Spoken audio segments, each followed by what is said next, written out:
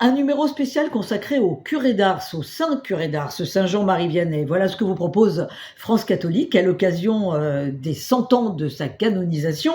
Pourquoi un numéro spécial? Car le curé d'Ars, c'est un modèle intemporel de prêtre, un modèle de toujours. Alors, outre l'histoire de sa vie et un reportage sur ses traces à Ars-sur-Formant, qui accueille chaque année 350 000 pèlerins, eh bien France Catholique vous donne les clés pour comprendre ce qui fait son indémodable sainteté. Dans un monde qui a perdu le sens du péché, il rappelle l'urgence du pardon. Et à l'humanité qui a oublié la grandeur du sacrifice, il prêche l'adoration de l'Eucharistie. Bref, il remet l'Église au centre du village. Voilà ce que nous dit l'abbé Paul Roy. Et puis de son côté, l'historienne Anne Bernet nous rappelle dans un article passionnant combien il était signe de contradiction dans une époque où, au sortir de la Révolution, le paganisme gagnait du terrain. Dans France Catholique également, bien entendu, place à l'actualité cette semaine avec l'effroyable meurtre de Mélanie, tuée par un élève de 14 ans à Nogent en Haute-Marne. Une analyse spirituelle d'un effroyable fait de société. Un coup de projecteur sur la perméabilité au mal d'une société qui a oublié Dieu.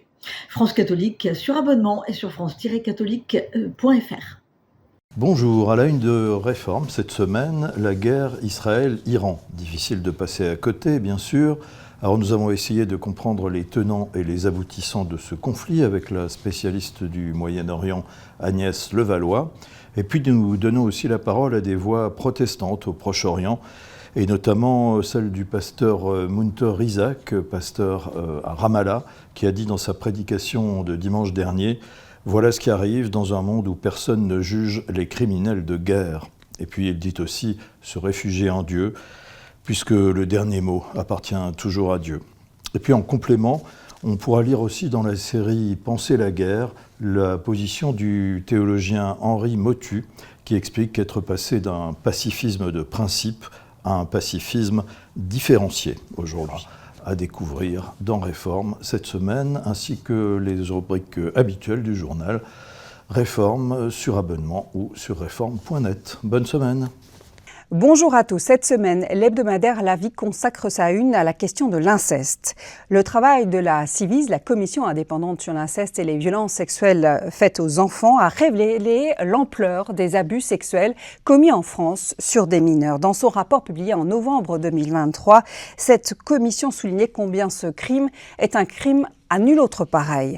Il indiquait que si l'inceste est une violence, comme toutes les autres violences, une violence sexuelle comme toutes les autres violences sexuelles, l'inceste est aussi ce qu'on appelle un crime généalogique, une négation de la filiation et de l'identité de l'enfant. Et la famille, la maison, qui ont pour vocation première d'abriter et de protéger, devient alors pour nos enfants une menace.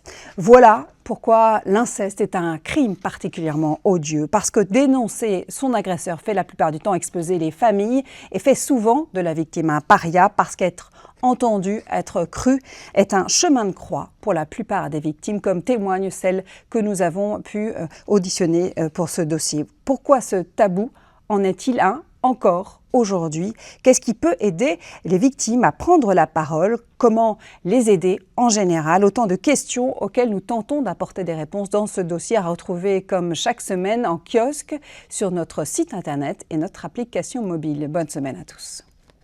Le moins qu'on puisse dire, c'est que l'actualité se concentre ces jours-ci sur les enjeux du nucléaire. Famille chrétienne vous propose un reportage inédit où il est justement question de dissuasion nucléaire. Nous plongeons à bord du sous-marin nucléaire, lanceur d'engins Le Terrible. S'il est invisible aux regards indiscrets, il n'en est pas moins essentiel à la défense de la France. Alors nous découvrons comment vivent à son bord, en silence, des hommes qui veillent pour protéger ceux qui vivent en surface. Dans nos pages d'actualité, grand entretien avec Monseigneur Éric Varden, moine cistercien pendant 17 ans en Angleterre et puis aujourd'hui évêque en Norvège, se convertit au catholicisme, évoque l'intérêt grandissant que l'Église semble susciter en Europe, y compris dans son pays, faisant poindre l'aube d'un renouveau spirituel. Et puis dans nos pages magazines, il est question notamment des camps et séjours de vacances pour nos enfants, nos conseils pour les laisser partir en toute sécurité. On découvre par ailleurs le dernier spectacle historique du Puy du Fou, l'épée du roi Arthur, et plusieurs autres spectacles d'été à travers la France qui impliquent souvent de nombreux bénévoles.